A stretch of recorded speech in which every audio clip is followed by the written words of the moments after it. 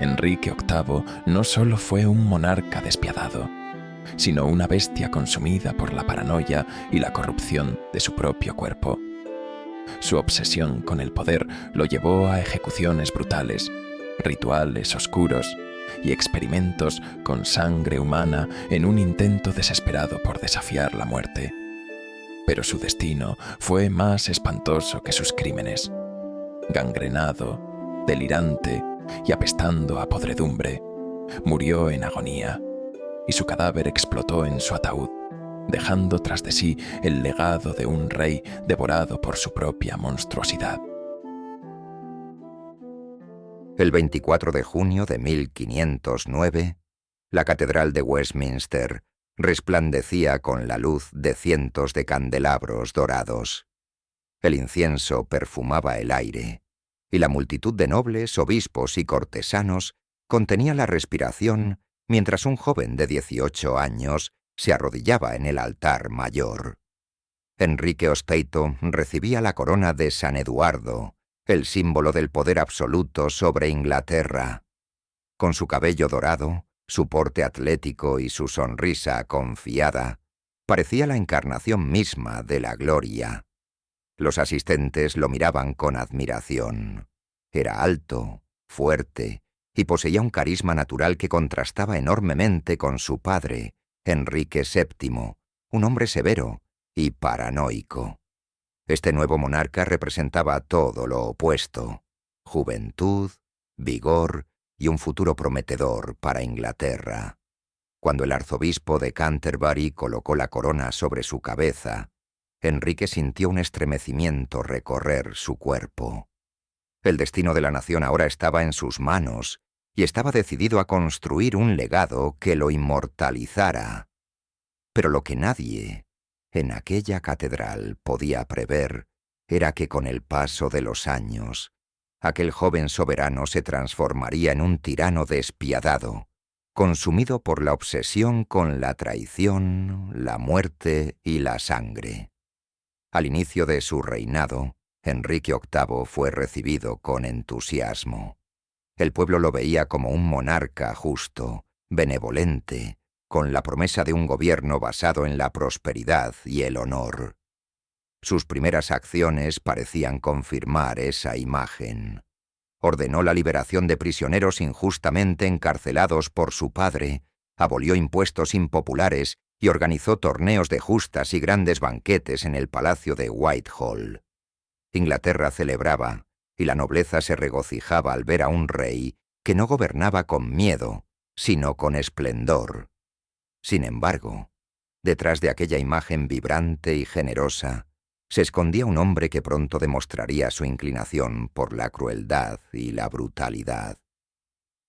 En 1513, apenas 4 años después de su coronación, Enrique tomó su primera gran decisión de sangre. Ordenó la ejecución de Edmund de la Pole, duque de Suffolk, un noble con un lejano derecho al trono a través de la extinta Casa de York. Aunque nunca había conspirado en su contra, el rey lo veía como una amenaza latente. Durante días meditó sobre su destino, preguntándose si debía mantenerlo bajo vigilancia o eliminarlo de una vez. Finalmente, la paranoia se impuso. Una noche, mientras disfrutaba de un banquete, sus consejeros le entregaron un documento que confirmaba la ejecución de Suffolk. Sin inmutarse, Enrique mordió un trozo de carne asada, masticó lentamente y murmuró: «Uno menos». Esa misma noche, en la Torre de Londres, Edmund de la Pole fue decapitado. La noticia recorrió la corte como un escalofrío. Quienes hasta entonces habían visto en Enrique a un monarca magnánimo, comenzaron a comprender que su generosidad tenía límites peligrosos. Había probado la sangre y no tardaría en exigir más. Para fortalecer la alianza con España, Enrique Obeite contrajo matrimonio con Catalina de Aragón, la viuda de su hermano Arturo. La princesa española era una mujer de gran inteligencia y devoción, pero su relación con Enrique pronto se convirtió en una fuente de frustración y desesperación. Catalina quedó embarazada en numerosas ocasiones, pero sus hijos murieron poco después de nacer o no llegaron a término. Solo una niña sobrevivió: María Tudor. Cada pérdida sumía al rey en una ira profunda. No entendía por qué Dios le negaba un heredero varón. Su obsesión con la descendencia comenzó a nublar su juicio. Se rodeó de astrólogos, alquimistas y médicos que intentaban encontrar explicaciones y remedios. Se dice que incluso recurrió a la medicina caníbal de la época, consumiendo mumia, un polvo hecho de carne momificada egipcia, que se creía que fortalecía el cuerpo y aumentaba la fertilidad. Mezclaba este polvo con vino y lo bebía en secreto, esperando un milagro. Pero el milagro nunca llegó. Con cada embarazo fallido, Enrique se volvía más irritable, más impaciente. La relación con Catalina comenzó a deteriorarse. Ya no la veía como su esposa, sino como una barrera entre él y el hijo varón que tanto deseaba.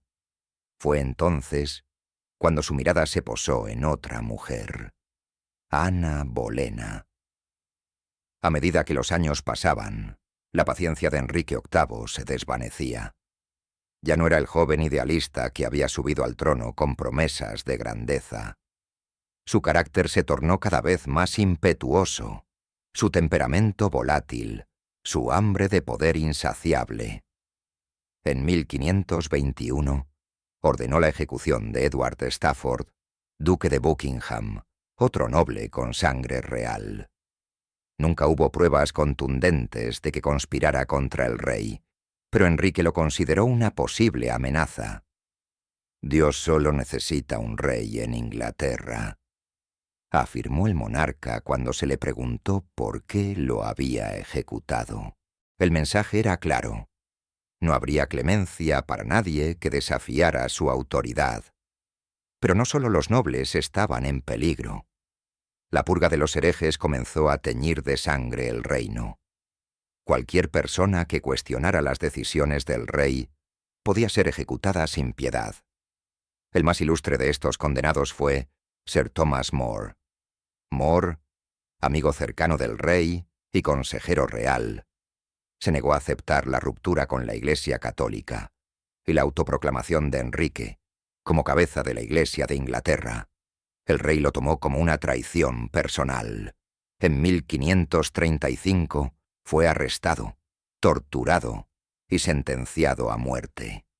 El día de la ejecución, More miró a su verdugo con serenidad y pronunció su última frase: «Muero como el buen siervo del rey, pero primero de Dios».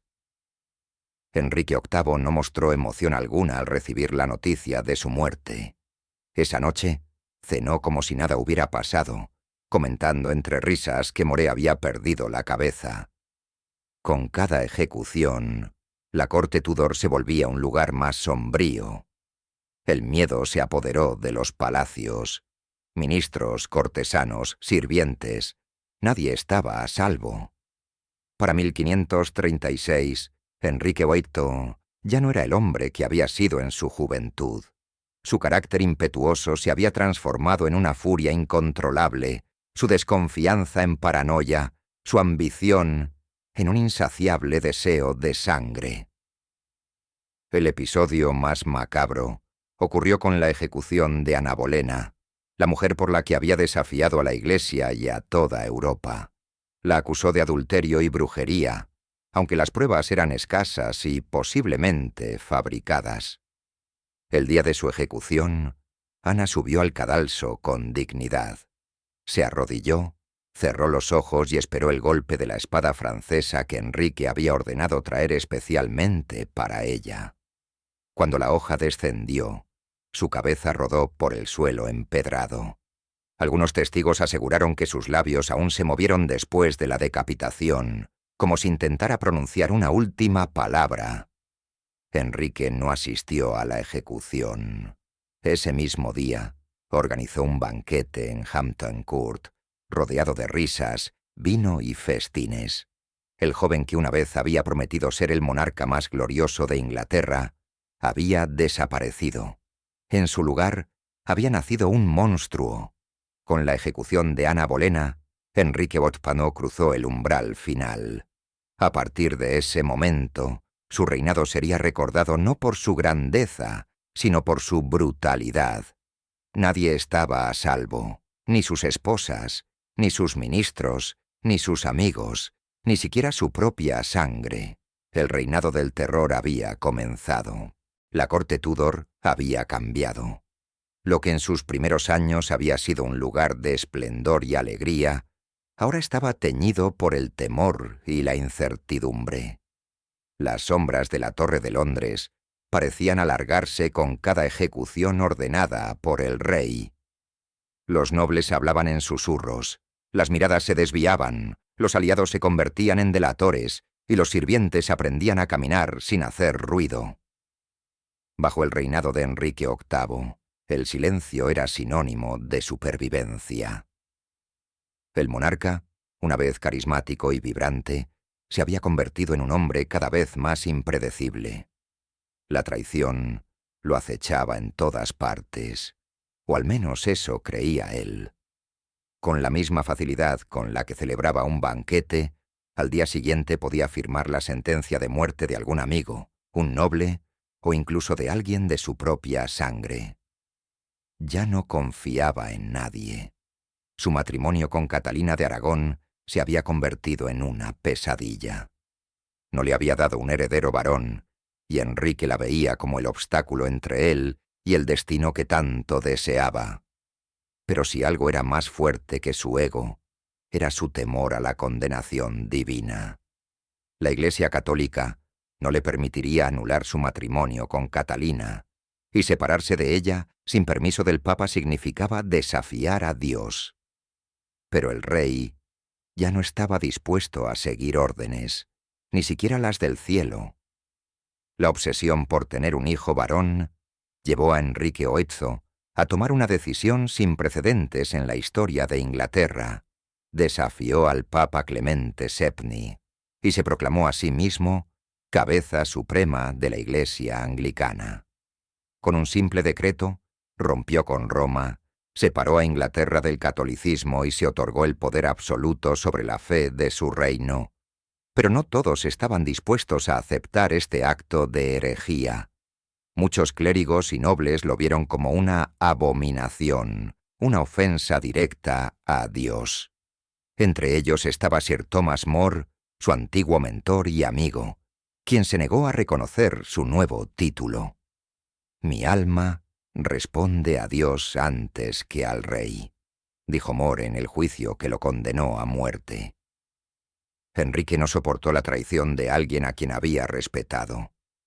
More fue encerrado en la Torre de Londres, donde pasó meses en la oscuridad, consumido por el hambre y la enfermedad.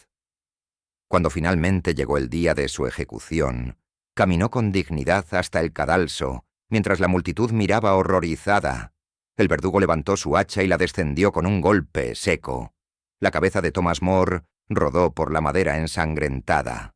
El rey, al recibir la noticia, simplemente comentó: «Uno menos». Fue entonces cuando la corte comprendió la verdad. Nadie estaba a salvo. El poder absoluto que Enrique VIII había reclamado para sí mismo lo transformó en un tirano sin límites. Su corte se convirtió en un laberinto de intrigas y conspiraciones, donde la lealtad duraba solo mientras el monarca lo permitiera. Los cortesanos que una vez habían sido sus amigos, ahora vivían con miedo. Los castigos por traición se volvieron cada vez más brutales. Los prisioneros eran descuartizados en plazas públicas, hervidos vivos en calderos de aceite, o sus cuerpos eran colgados en las puertas del castillo como advertencia. El reino estaba sumido en un estado de terror sin precedentes. Pero el mayor golpe de la paranoia del rey fue la persecución a la Iglesia católica.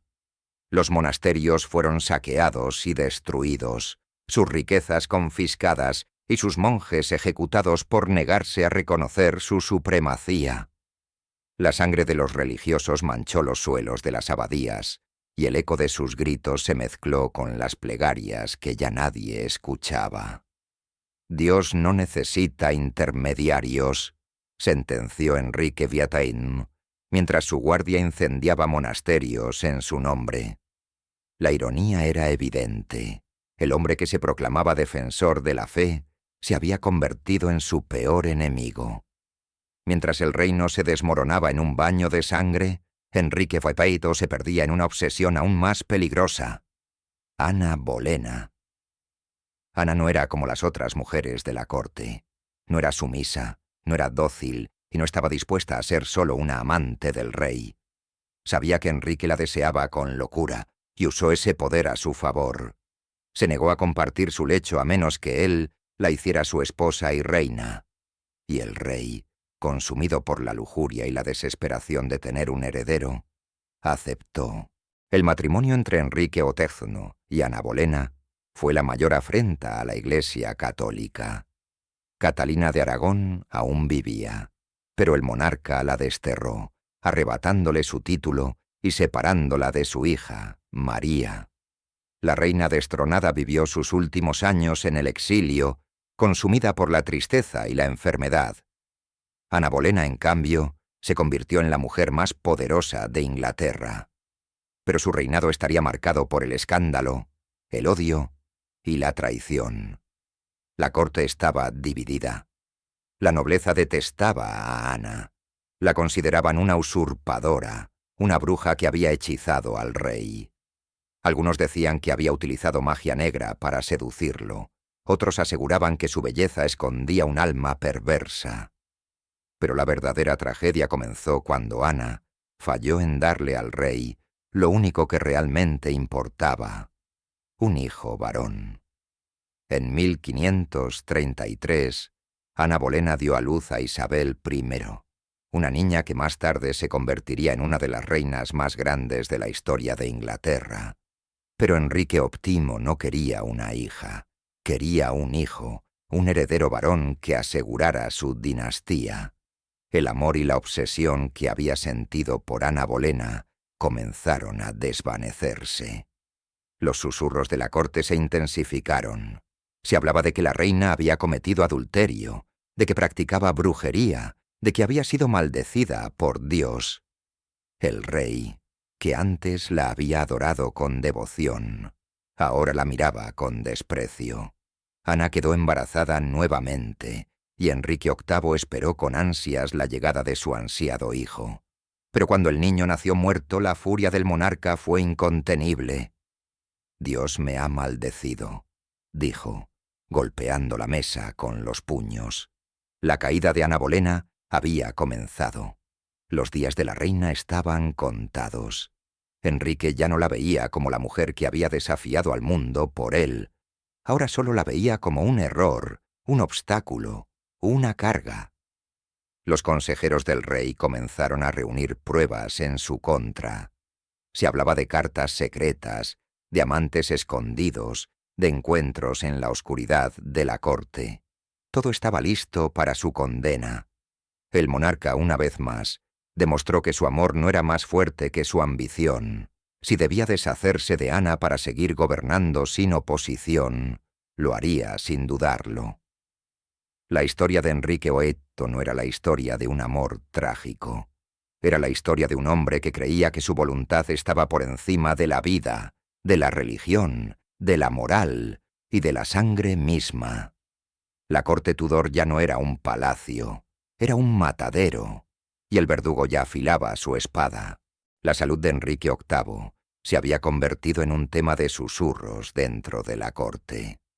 Ya no era el joven y fuerte monarca que había ascendido al trono con la promesa de un reinado glorioso. Ahora, con el paso de los años, su cuerpo comenzaba a fallarle. Su piel estaba marcada por llagas y abscesos, sus piernas supuraban y su temperamento era cada vez más volátil. Pero el rey no podía permitirse la debilidad. No cuando el reino estaba lleno de enemigos, reales o imaginarios, esperando su caída. Las ejecuciones en la Torre de Londres se habían vuelto una rutina. Cada semana, Nuevas cabezas caían en los cestos de madera, alimentando la paranoia del monarca. Para Enrique, la traición podía estar en cualquier esquina, incluso en su propia familia. Pero mientras la sangre de sus enemigos corría por las calles de Londres, la suya propia se volvía un problema mayor. Las enfermedades que lo aquejaban no tenían cura aparente. Los médicos de la corte intentaron todo: sangrías, cataplasmas, infusiones de hierbas traídas de los rincones más remotos de Europa. Nada funcionaba. Y cuando la medicina tradicional falló, se recurrió a algo más oscuro, más macabro: el uso de la momia, carne de muertos para un rey. En el siglo XVI, la medicina estaba llena de supersticiones y remedios que hoy nos parecen grotescos. Uno de los más populares era la mumia, un polvo hecho a partir de carne momificada traída de Egipto. Se creía que esta sustancia poseía propiedades curativas, que podía fortalecer el cuerpo, curar enfermedades y hasta prolongar la vida. Enrique VIII, desesperado por recuperar su vitalidad, ordenó a sus médicos traerle las mejores reservas de mumia. Se dice que el rey consumía este polvo mezclado con vino, convencido de que así podría detener el deterioro de su cuerpo. Pero si la carne de los muertos podía otorgarle salud, no sería suficiente. Necesitaba algo más. Los médicos reales comenzaron a experimentar con remedios aún más siniestros. Se hablaba de brebajes elaborados con sangre de criminales recién ejecutados. La creencia era que la sangre fresca contenía la esencia vital de la juventud, y que beberla podía transferir la fuerza del condenado al que la consumía. Las crónicas no dejan claro hasta qué punto Enrique VIII participó en estas prácticas, pero los rumores en la corte eran persistentes. Algunos sirvientes juraban haber visto copas con un líquido oscuro en las habitaciones privadas del monarca. Otros decían que ciertos prisioneros condenados eran desangrados en secreto antes de ser ejecutados, su sangre recogida para fines desconocidos. El monarca no hacía preguntas. Si algo podía aliviar su sufrimiento, lo tomaría sin importar el costo. La alquimia y la búsqueda de la inmortalidad. Pero la momia y la sangre humana no eran las únicas obsesiones médicas de Enrique o Tito. Desde hacía años, el monarca se había interesado por la alquimia, la antigua práctica que prometía transformar los metales en oro y descubrir el secreto de la inmortalidad. En los oscuros pasillos de Hampton Court, en las cámaras más alejadas de la vista pública, se decía que había un laboratorio secreto donde alquimistas de toda Europa realizaban experimentos extraños bajo la supervisión del rey. Los frascos de vidrio contenían sustancias misteriosas: mercurio, arsénico, plomo derretido. Se creía que, si se encontraban las proporciones exactas, se podría crear el elixir de la vida. Pero cada experimento fracasaba. Cada nueva pócima solo traía más enfermedad, más dolores, más vómitos. Algunos historiadores creen que Enrique VIII se estaba envenenando lentamente con estos elixires, sin saber que los mismos remedios que esperaba que lo salvaran lo estaban llevando más rápido a la tumba.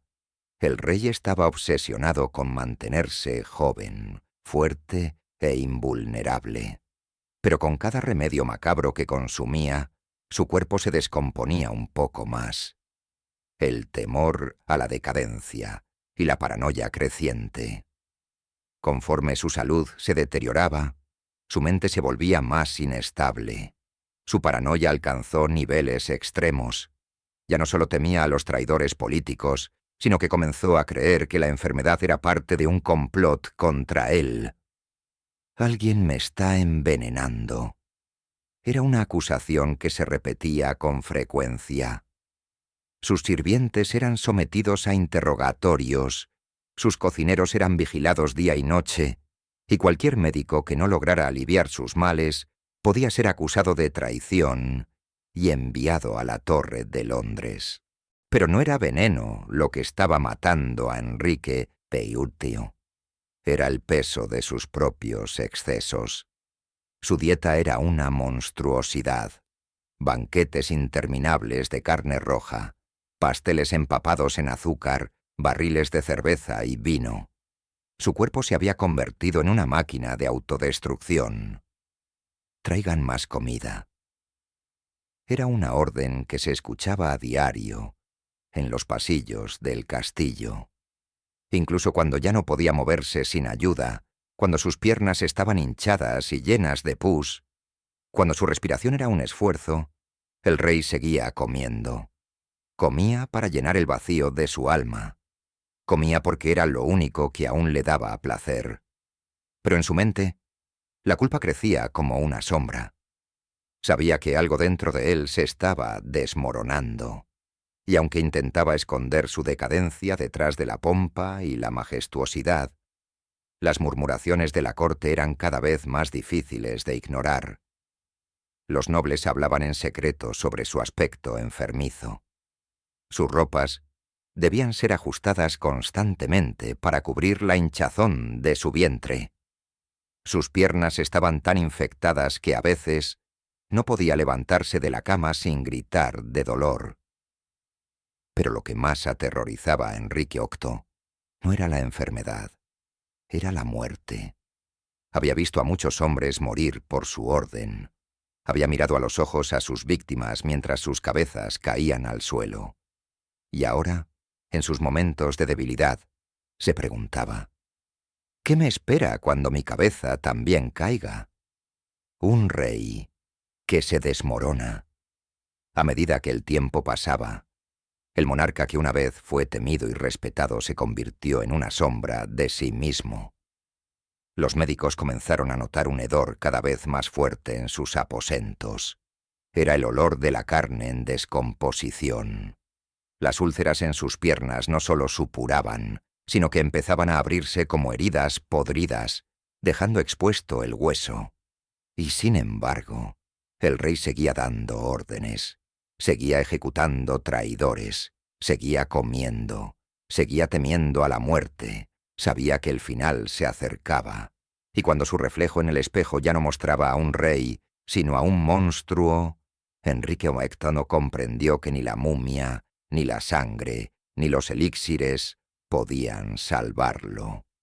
El caníbal que devoraba la vida de los demás estaba siendo devorado por su propio cuerpo, y la muerte estaba al acecho, esperando el momento perfecto para devorar lo que quedaba de él. Para 1543, Enrique VIII ya no era un rey majestuoso y temido, sino una bestia atrapada en su propio cuerpo en decadencia. La transformación había sido gradual, pero inexorable. El joven y carismático monarca, el hombre que alguna vez cautivó a su corte con su presencia imponente, se había convertido en una criatura deforme y podrida, una sombra grotesca de lo que había sido. Atrás quedaban los días en los que cabalgaba con destreza en los torneos de justas, cuando las damas suspiraban por su sonrisa y los hombres lo admiraban por su vitalidad. Ahora, su piel tenía un tono grisáceo y enfermizo, su rostro estaba hinchado y marcado por la obesidad, y sus piernas, infectadas con úlceras que nunca sanaban, despedían un hedor insoportable. El castillo de Whitehall, que alguna vez había sido un escenario de fiestas y opulencia, se había convertido en la prisión de un monarca que ya no podía moverse sin ayuda. El peso de Enrique VIII había superado los 180 kilos. Sus piernas, incapaces de sostenerlo, eran dos masas de carne infectada, y el simple acto de moverse se había convertido en una tortura insoportable. Se requerían sistemas de poleas y grúas para levantarlo de su cama y trasladarlo a su trono. Cada vez que su cuerpo inmenso era elevado por los sirvientes, los alaridos de dolor del monarca resonaban por los pasillos del castillo, y su furia caía sobre el primer desafortunado que tuviera la mala suerte de estar cerca. Los médicos y criados que lo atendían se veían obligados a limpiar y vendar las heridas en sus piernas, pero la gangrena había comenzado a avanzar. En algunos puntos, El tejido estaba tan necrosado que los doctores aseguraban ver el hueso expuesto. El hedor de su carne en descomposición era tan insoportable que la corte entera comenzó a evitar su presencia. Incluso en las reuniones oficiales, los nobles mantenían la mayor distancia posible, cubriendo sus rostros con pañuelos empapados en esencias perfumadas para no vomitar. Pero nadie se atrevía a hacer un comentario al respecto, porque bastaba una sola mueca de asco para que el rey ordenara una ejecución.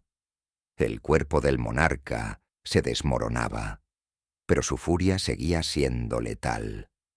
Si antes era conocido por su temperamento fuerte, ahora su rabia se había convertido en una fuerza destructiva e impredecible. Sus médicos, que trabajaban día y noche en busca de una cura imposible, fueron los primeros en sufrir su ira. Una mañana, al recibir la noticia de que no había avances en su tratamiento, Enrique VI golpeó a uno de ellos con un candelabro de plata, rompiéndole el cráneo. En otra ocasión, una de sus sirvientas cometió el error de entrar a su habitación en el momento equivocado. El rey, en un arrebato de furia, le arrojó una copa de vino hirviendo en el rostro.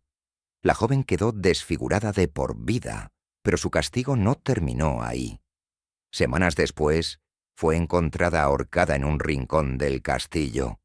Algunos decían que no soportó la humillación, otros susurraban que la orden había venido directamente del rey. Un mensajero que le trajo noticias desagradables recibió un puñal en la pierna, clavado por la misma mano del monarca. El miedo reinaba en la corte. La nobleza, los sirvientes, los médicos, incluso los miembros de su familia, vivían aterrorizados. Nadie sabía cuál sería la próxima víctima de su ira descontrolada, porque cuando un rey se convierte en un monstruo, nadie está a salvo. Las noches de Enrique VIII se convirtieron en un tormento de sombras y gritos.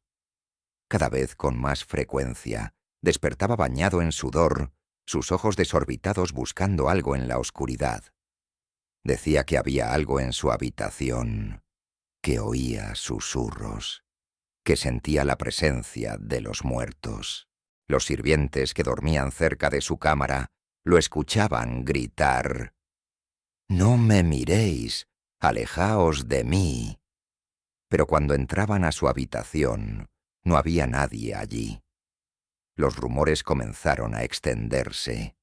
Algunos aseguraban que Ana Bolena se le aparecía en las noches, con el vestido manchado de sangre y su cabeza en las manos.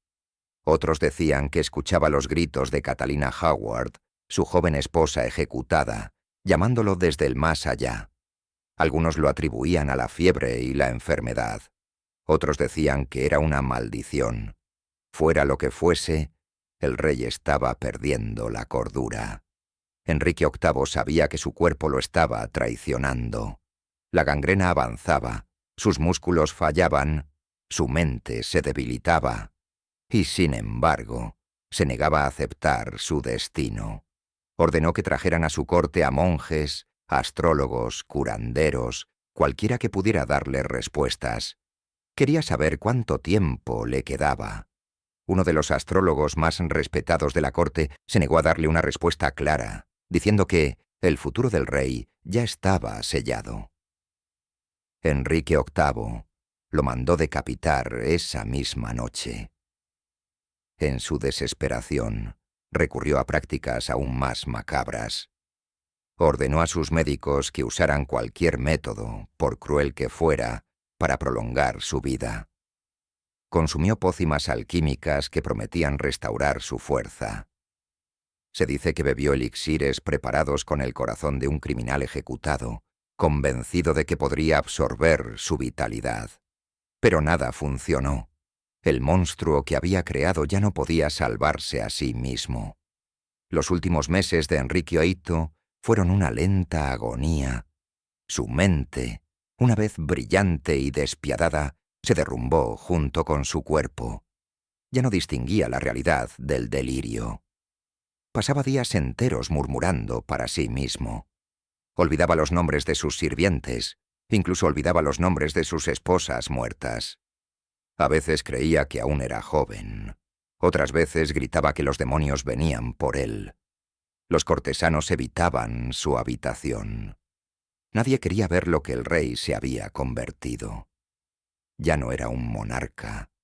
Era un cadáver que aún respiraba. Los médicos sabían que su muerte era inevitable, pero nadie se atrevía a decírselo, porque aún tenía fuerza suficiente para ordenar más ejecuciones. El fin estaba cerca, pero sería más espantoso de lo que nadie podía imaginar a medida que su cuerpo se marchitaba y la sombra de la muerte se cernía sobre él. Enrique VIII se aferró a cualquier medio posible para prolongar su vida. Ya no confiaba en la medicina de sus doctores ni en las oraciones de sus sacerdotes. Ahora buscaba respuestas en los oscuros pasillos de la alquimia, la magia negra y la superstición. En el interior del palacio de Hampton Court se llevaron a cabo experimentos prohibidos, rituales secretos y prácticas que bordeaban lo impensable. La corte murmuraba en voz baja sobre las visitas nocturnas de astrólogos y alquimistas. Se decía que el monarca estaba dispuesto a cualquier cosa con tal de escapar de la tumba. Nadie se atrevía a desafiarlo. Nadie osaba mencionar el hedor de la putrefacción que emanaba de su carne. Nadie podía detenerlo. Enrique VIII no solo era un hombre de excesos en la comida, la bebida y el poder, sino también en su desesperación por la inmortalidad. En secreto, ordenó la construcción de un laboratorio en el palacio, donde sus alquimistas trabajaban en el desarrollo de elixires para alargar su vida. Las fórmulas eran aterradoras.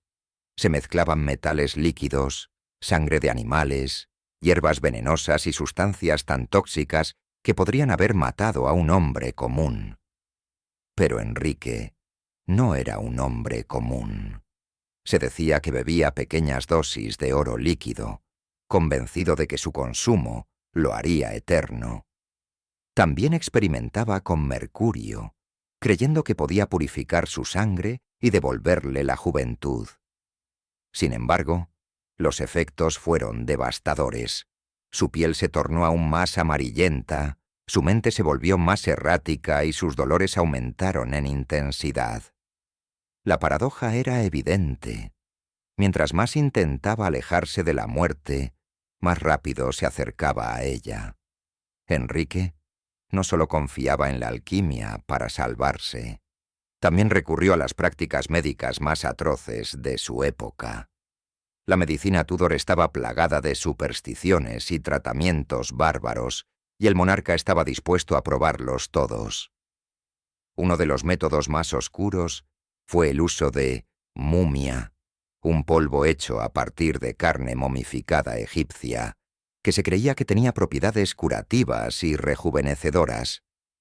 Enrique consumía mumia mezclada con vino, convencido de que absorbería la fuerza de los muertos. Pero esto no era lo más perturbador.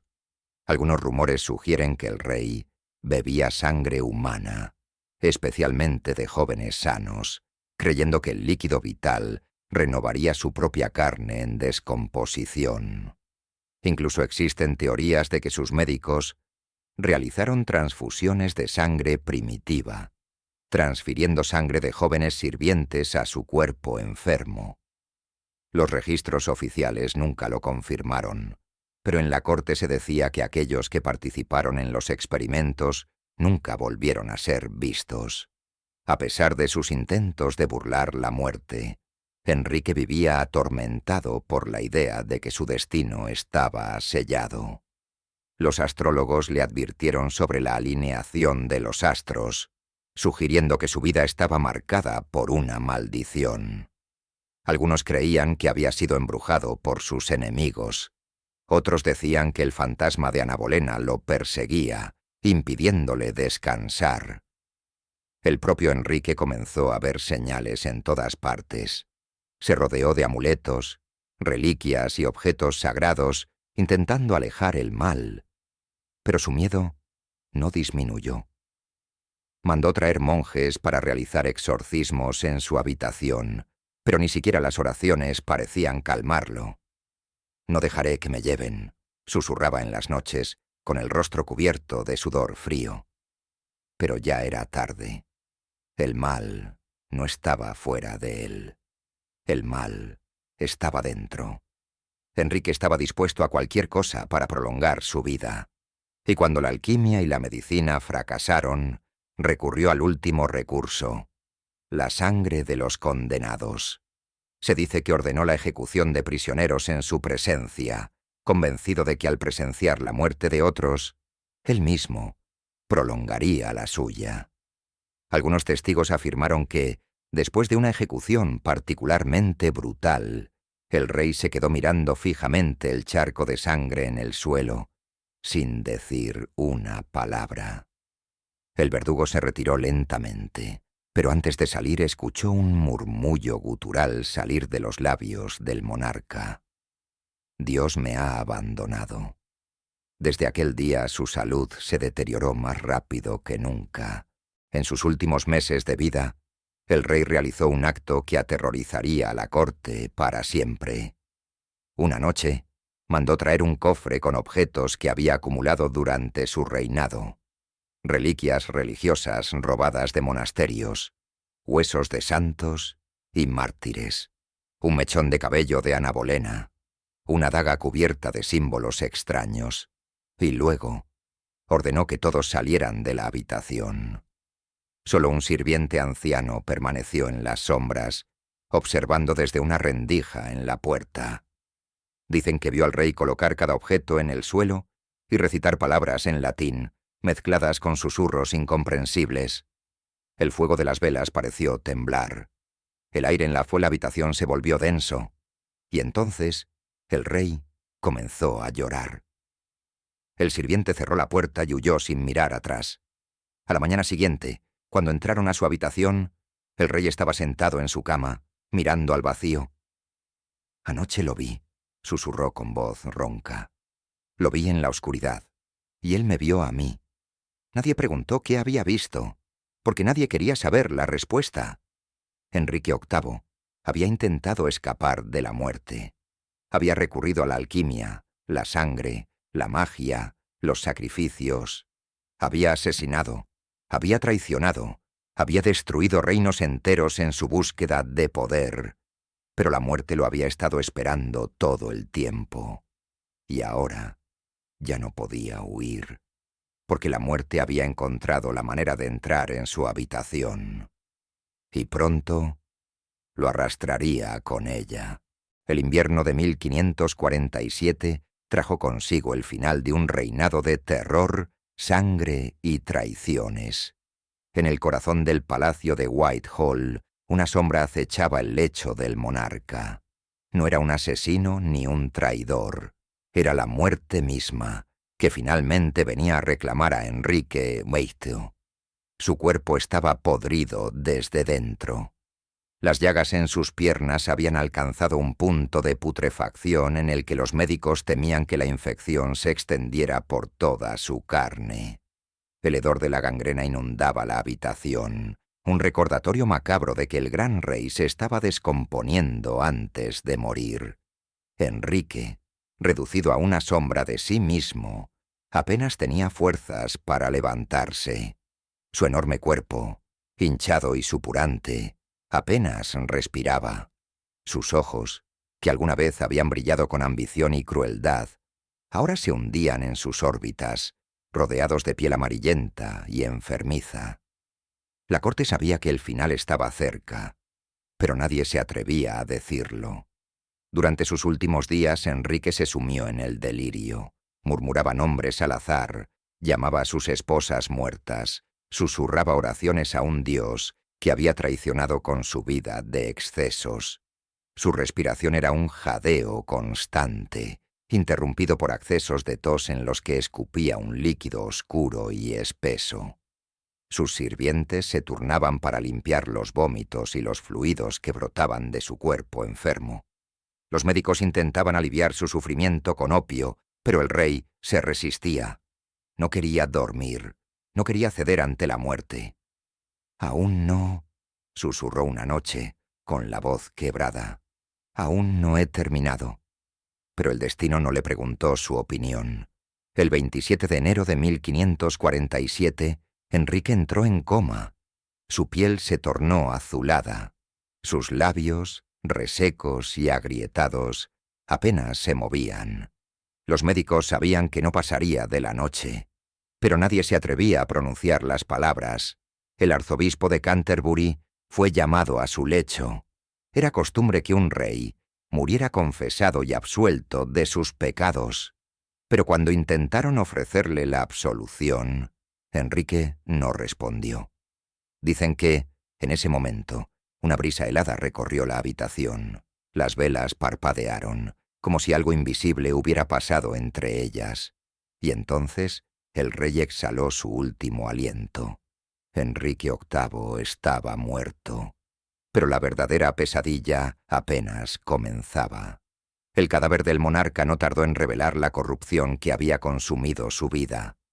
Apenas unas horas después de su fallecimiento, su cuerpo comenzó a hincharse de forma grotesca. Los médicos intentaron moverlo, pero su piel se había vuelto tan frágil y putrefacta que cualquier contacto dejaba marcas negruzcas. Su cadáver despedía un hedor insoportable. «Debemos prepararlo para el entierro de inmediato», ordenó un consejero, tapándose la nariz con un pañuelo perfumado. Pero no fue suficiente. Los sirvientes envolvieron el cuerpo del rey en sábanas empapadas en hierbas aromáticas y bálsamos. Lo sellaron en un ataúd de plomo, con la esperanza de retrasar la descomposición. Fue en vano. Cuando el cortejo fúnebre transportó su ataúd hacia la capilla de Windsor, la pesadilla alcanzó su punto culminante. Durante la noche, mientras el ataúd descansaba en la capilla de Sion House, los gases acumulados en el interior del cadáver hicieron que el féretro reventara. Un líquido oscuro y espeso se derramó sobre el suelo de piedra. Los testigos quedaron paralizados de horror. Se dice que un perro callejero entró en la capilla y comenzó a lamer los fluidos pútridos del rey muerto. Los religiosos presentes cayeron de rodillas, aterrorizados. La profecía se ha cumplido, porque años atrás, un monje franciscano había vaticinado que el rey moriría en pecado y que los perros lamerían su sangre. Y ahora, ante los ojos de la corte, el destino de Enrique Opato se cumplía de la forma más grotesca posible. El cuerpo del monarca fue transportado con urgencia a Windsor, donde se le dio sepultura junto a Jane Seymour, la esposa que había amado más que a ninguna.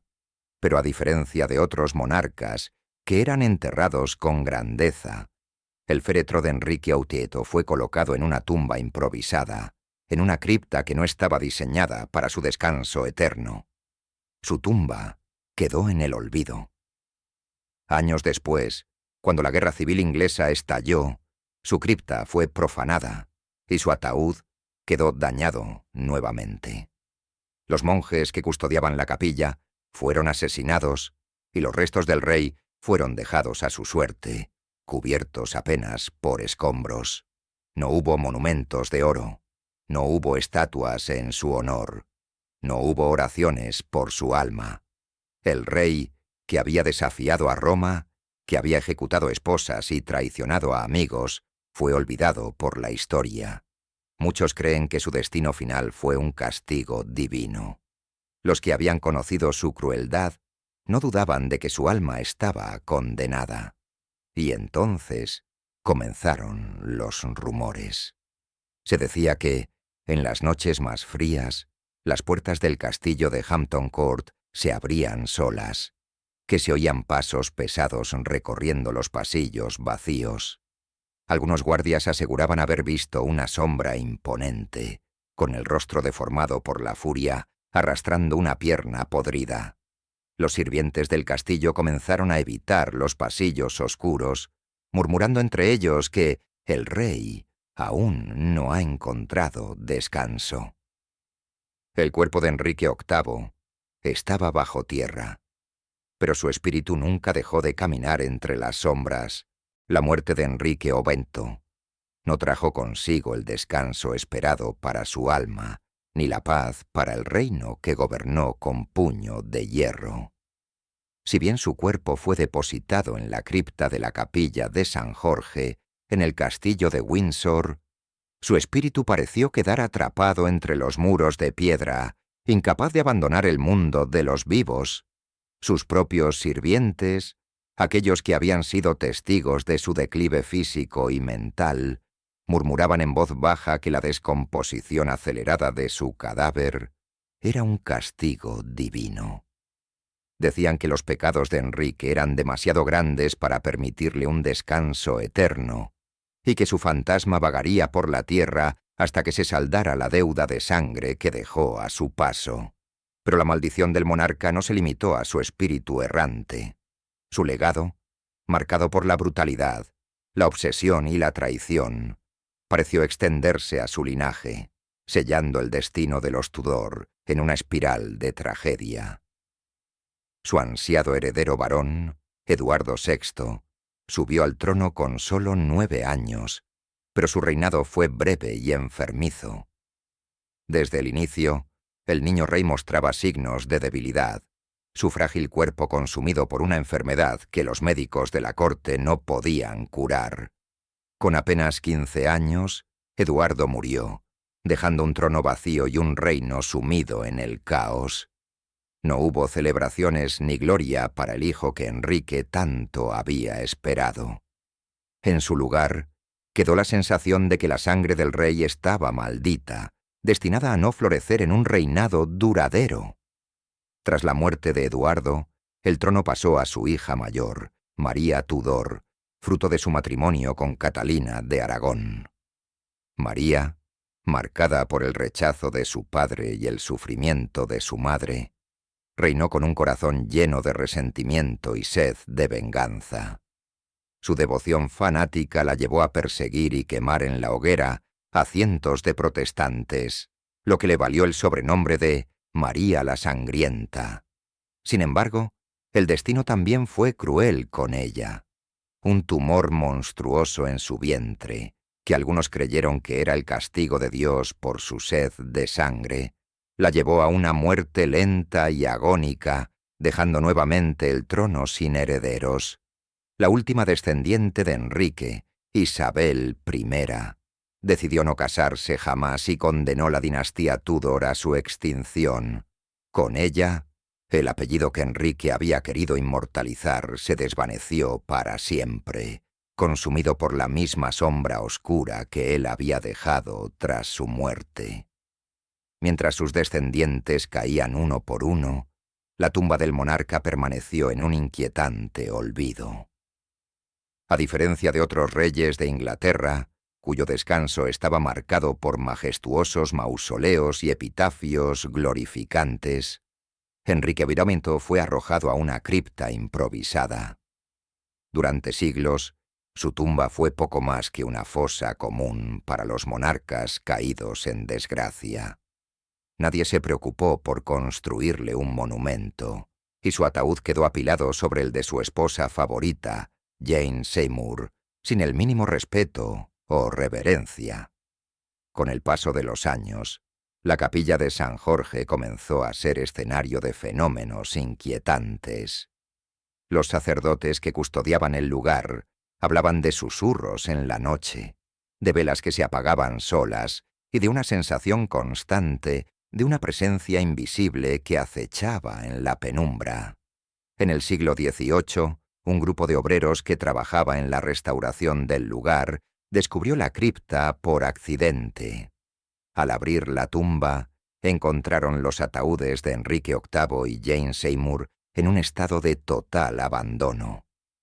Pero lo más macabro fue hallar, sobre los ataúdes reales, el féretro de Carlos I, el rey decapitado durante la Guerra Civil Inglesa.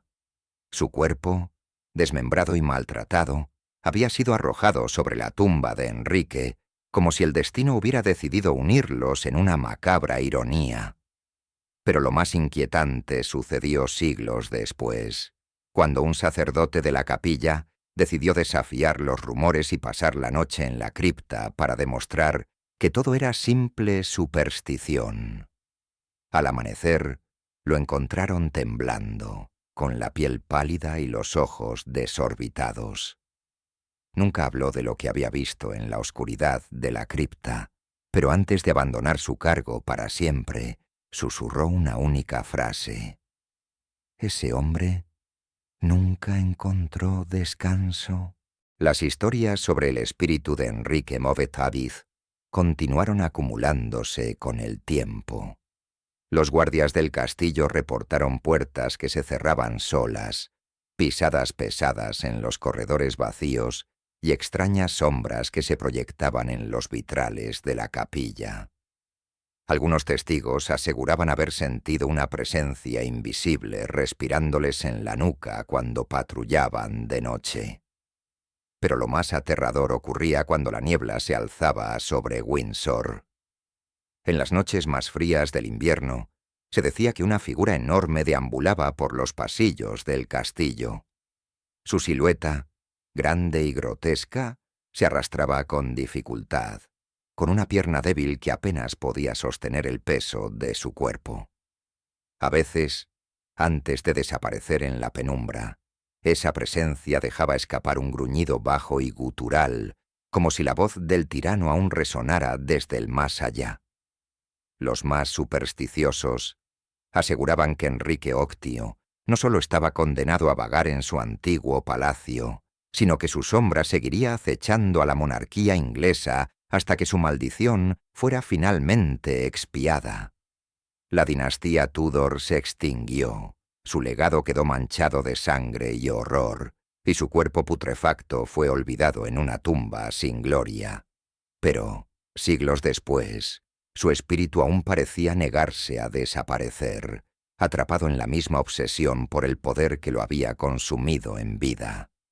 Enrique VIII había construido su reino con miedo, sangre y traición.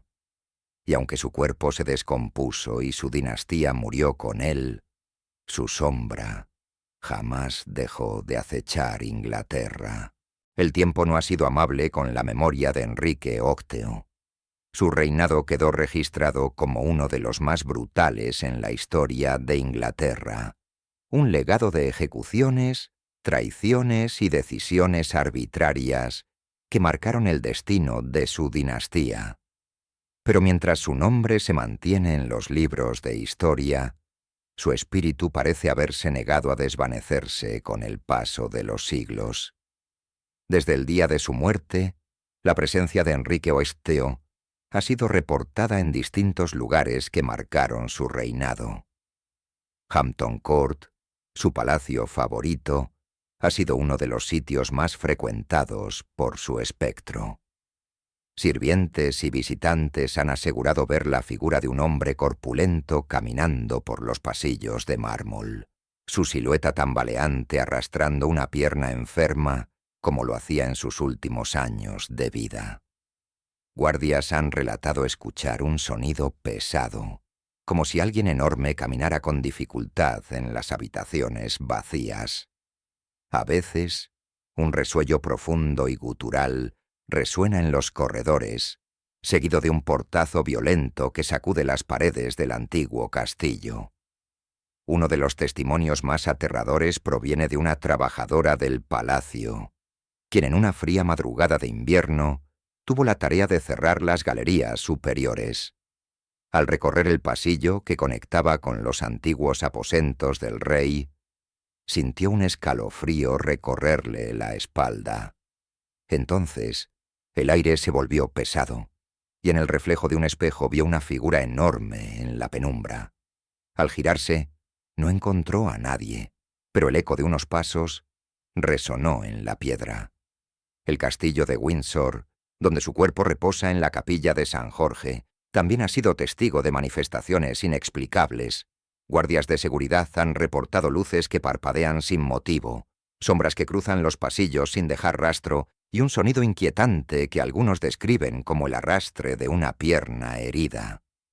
En una ocasión, un grupo de turistas presenció cómo una de las puertas de la capilla se cerró con fuerza justo cuando estaban a punto de entrar.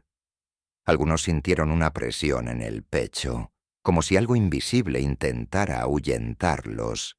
Pero la manifestación más aterradora ocurrió a mediados del siglo XIX, cuando un soldado que patrullaba el castillo, en la madrugada, vio una figura con vestimentas antiguas en el jardín. La presencia era alta y robusta, su rostro cubierto por las sombras. Lo que más llamó la atención del guardia fue que el hombre parecía moverse con dificultad, como si su cuerpo estuviera hinchado y enfermo. El soldado, creyendo que se trataba de un intruso, se acercó para desafiarlo, pero en cuanto dio un paso, la figura se desvaneció en el aire, dejando solo el eco de su respiración. Las leyendas sobre Enrique VIII no solo lo vinculan con apariciones espectrales. Se dice que su espíritu dejó una maldición sobre la monarquía inglesa. A lo largo de los siglos, muchos de sus descendientes han sufrido destinos trágicos, muertes prematuras, traiciones, escándalos y crisis que parecen no tener explicación. Algunos creen que la violencia que el monarca ejerció en vida selló un destino de inestabilidad para su linaje. Otra historia inquietante sugiere que Enrique VIII jamás pudo encontrar la paz, ni siquiera en su tumba.